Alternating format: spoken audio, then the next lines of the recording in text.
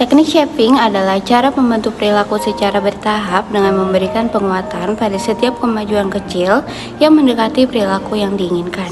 Menurut Swarno dan Corey, perilaku dibentuk melalui langkah-langkah kecil karena perilaku yang belum muncul tidak bisa langsung diperkuat, sehingga perlu bimbingan yang terencana. Dalam praktiknya, hanya perilaku yang semakin mendekati tujuan yang diberi penguatan, sedangkan perilaku lama bertahan dihentikan. Teknik ini digunakan untuk mengajarkan perilaku yang sulit atau kompleks, misalnya anak belajar dengan berbicara dari bunyi sederhana hingga bisa berbicara dengan jelas. Tujuan penggunaan teknik shaping adalah untuk membantu individu mengembangkan dan membentuk perilaku yang diharapkan melalui proses perubahan yang berlangsung secara bertahap dan terencana. Teknik ini digunakan agar individu tidak merasa terbebani oleh tuntutan perubahan perilaku yang terlalu besar atau mendadak, melainkan diarahkan melalui langkah-langkah kecil yang realistis dan sesuai dengan kemampuan awal yang dimiliki. Setiap kemajuan, sekecil apapun, diberi penguatan sehingga individu terdorong untuk terus melanjutkan proses belajar perilaku tersebut. Selain itu, tujuan penggunaan teknik shaping adalah untuk menciptakan perubahan perilaku yang bersifat lebih stabil dan berkelanjutan, karena perilaku dibentuk secara bertahap dan diperkuat secara terus-menerus.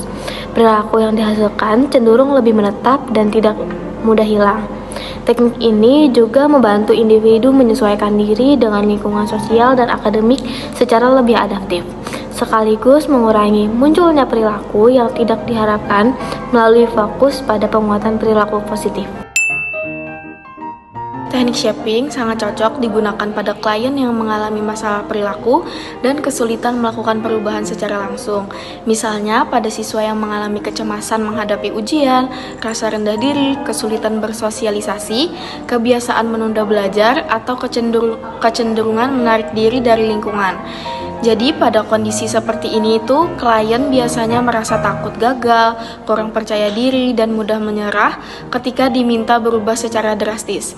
Melalui teknik shaping, konselor membantu klien dengan memulai perubahan dari perilaku yang paling sederhana dan realistis sesuai kemampuan klien, kemudian meningkatkannya secara bertahap.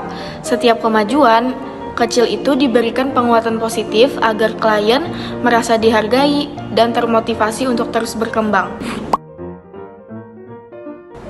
Ringkasan pesan utama, teknik shaping adalah metode pembentukan perilaku secara bertahap melalui penguatan reinforcement pada perilaku yang semakin mendekati target. Teknik ini efektif untuk perilaku kompleks yang tidak bisa muncul sekaligus dengan prinsip aproksimasi, berangsur, dan penghapusan extension perilaku lama.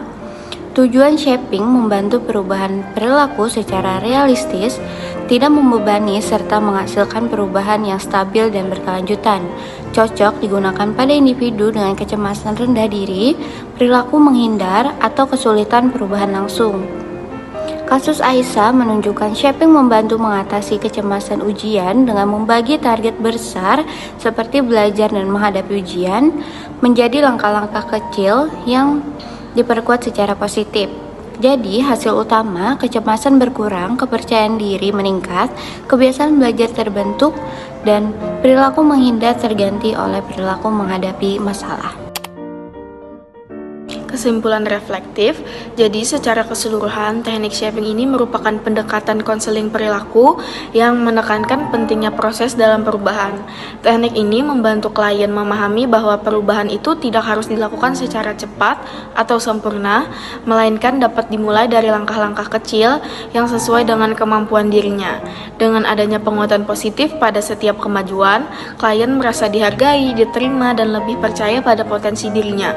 Melalui teknik shaping, konselor berperan sebagai pendamping yang membimbing klien secara bertahap menuju perilaku yang lebih adaptif. Pendekatan ini tidak hanya membantu mengurangi masalah yang dialami klien seperti kecemasan atau rasa rendah diri, tetapi juga menumbuhkan motivasi internal dan kemandirian dalam diri klien. Oleh karena itu, teknik shaping menjadi salah satu teknik yang efektif karena berfokus pada proses, kesabaran, dan keberlanjutan perubahan, sehingga hasil yang dicapai dapat bertahan dalam jangka panjang. Sekarang kita masuk ke dalam kasus konseli yang bisa diselesaikan dengan melalui teknik shaping. Aisyah merupakan seorang siswa yang mengalami kesulitan kepercayaan diri, khususnya ketika harus berbicara di depan kelas. Dalam situasi akademik, seperti presentasi atau menjawab pertanyaan guru, Aisyah cenderung menghindar, menundukkan kepala, dan berbicara dengan suara yang sangat pelan. Perilaku ini bukan disebabkan oleh ketidakmampuan akademik, melainkan oleh kecemasan dan rasa takut dinilai oleh orang lain. Dampak dari masalah ini membuat Aisyah kurang aktif dalam pembelajaran, merasa tertekan saat kegiatan lisan, serta berpotensi menghambat perkembangan sosial dan akademiknya. Oleh karena itu, konselor memilih menggunakan teknik shaping, yaitu teknik dalam pendekatan behavioristik yang bertujuan membentuk perilaku baru secara bertahap melalui penguatan pada setiap kemajuan kecil. Teknik ini dipilih karena sesuai dengan kondisi Aisyah yang belum siap menghadapi tuntutan besar secara langsung, namun memiliki potensi untuk berkembang jika diberikan dukungan, tahapan yang jelas, dan penguatan positif.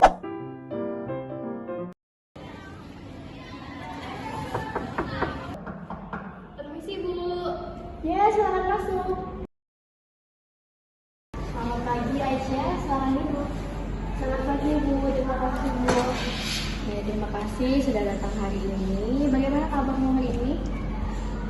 Lumayan sih Bu, tapi agak gugup sedikit. Ya baik, tidak apa-apa, gugup itu wajar. Di ruangan ini kamu aman untuk bercerita. Berikutnya, langkah-langkah dan penerapan teknik shaping. Sebelum memulai dialog konseling, konselor terlebih dahulu merancang tahapan shaping agar proses konseling berjalan sistematis dan terarah. Langkah yang pertama, identifikasi perilaku awal. Nah, jadi apa kiranya yang membawa kamu sehingga kita bisa bertemu hari ini? Apa yang ingin kamu sampaikan hari ini? Jadi sebenarnya saya itu kurang percaya diri Bu. Kalau di kelas itu saya selalu menghindari presentasi. Rasanya selalu ingin menghindar terus gitu. Oke, baik. Jadi kamu takut untuk berbicara di depan banyak orang, kamu gugup. Biasanya apa yang kamu lakukan ketika disuruh berbicara di depan kelas? Biasanya saya gugup, terus menunduk, suara kecil, terus sangat gugup juga Bu. Baik, terima kasih Aisyah sudah jujur. Dengan kamu menjawab pertanyaan saya tadi secara terbuka, itu merupakan langkah awal yang baik untuk pelaksanaan konseling ini. Nah teman-teman, perilaku awal konseling tadi menunjukkan bahwa dia menunduk saat diminta berbicara, suara yang sangat pelan, menghindari kontak mata, dan tidak berani menjawab pertanyaan saat berada di depan kelas. Perilaku ini menjadi titik awal pembentukan perilaku baru, bukan untuk dihakimi, melainkan untuk dipahami. Langkah yang kedua yaitu menetapkan target perilaku akhir yang ingin dicapai. Sebelumnya saya ingin bertanya, apa yang kamu harapkan setelah sesi pelaksanaan konseling ini? Saya berharap semoga saya bisa berbicara di depan kelas dengan lancar dan saya tidak merasa gugup lagi saat presentasi. Baik, bisa kita tetapkan ya bahwa target yang ingin dicapai adalah bahwa kamu bisa menjadi pribadi yang lebih berani dan lebih percaya diri untuk berbicara di depan kelas. Target akhir yang ingin dicapai bukan langsung presentasi panjang di depan kelas, melainkan konseli berani berbicara dengan suara yang lebih jelas. Di depan kelas, konseli mampu menyampaikan pendapat atau jawabannya secara lisan, dan konseli menunjukkan peningkatan kepercayaan diri secara bertahap. Target ini dibuat realistis dan menyesuaikan dengan kemampuan konseli. Langkah yang ketiga, menentukan tahapan perilaku. Dalam konseling ini, kita akan mencoba teknik shaping, yaitu membentuk keberanianmu secara bertahap. Kita tidak langsung menuntut kamu untuk presentasi langsung di depan kelas, melainkan memulainya dari langkah kecil terlebih dahulu. Bagaimana menurut Aisyah?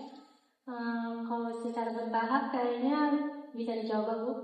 Baik, kesediaanmu untuk mau mencoba saja itu sudah menunjukkan kemajuan.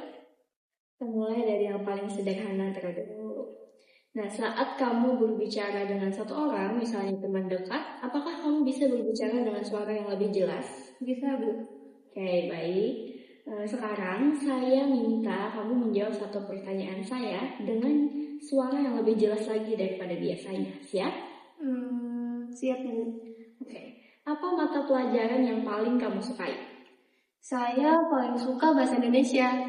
Nah, bagus sekali. Itu suara kamu lebih jelas daripada sebelumnya.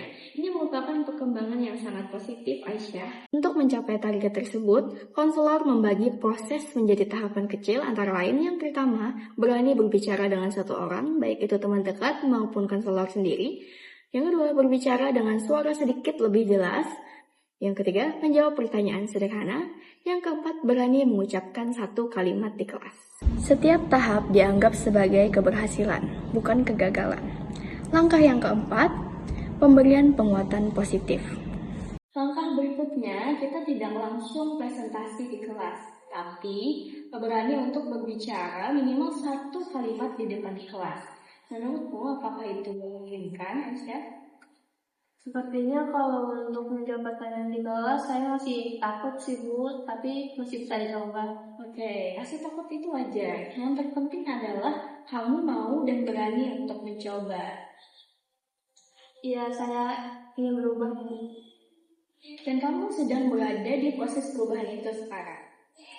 Setiap kemajuan kecil yang ditunjukkan oleh konseli diberikan penguatan positif seperti pujian verbal. Bagus sekali, itu merupakan perkembangan yang baik. Pengakuan usaha konseli, dorongan bahwa konseli berada di dalam proses perubahan. Penguatan ini bertujuan untuk meningkatkan motivasi konseli, mengurangi kecemasan, dan menanamkan keyakinan bahwa konseli mampu berubah. Langkah yang kelima dan terakhir, evaluasi dan tugas rumah. Untuk minggu ini, tugas kecilmu adalah berani berbicara satu kali di depan kelas. Tidak harus panjang, minimal satu kalimat atau dua kalimat. Setelah itu, kamu catat perasaanmu setelah melakukan pencapaian tersebut, dan kita akan evaluasi bersama-sama apa kiranya yang perlu kita tingkatkan, dan apa perkembangan yang sudah kamu rasakan.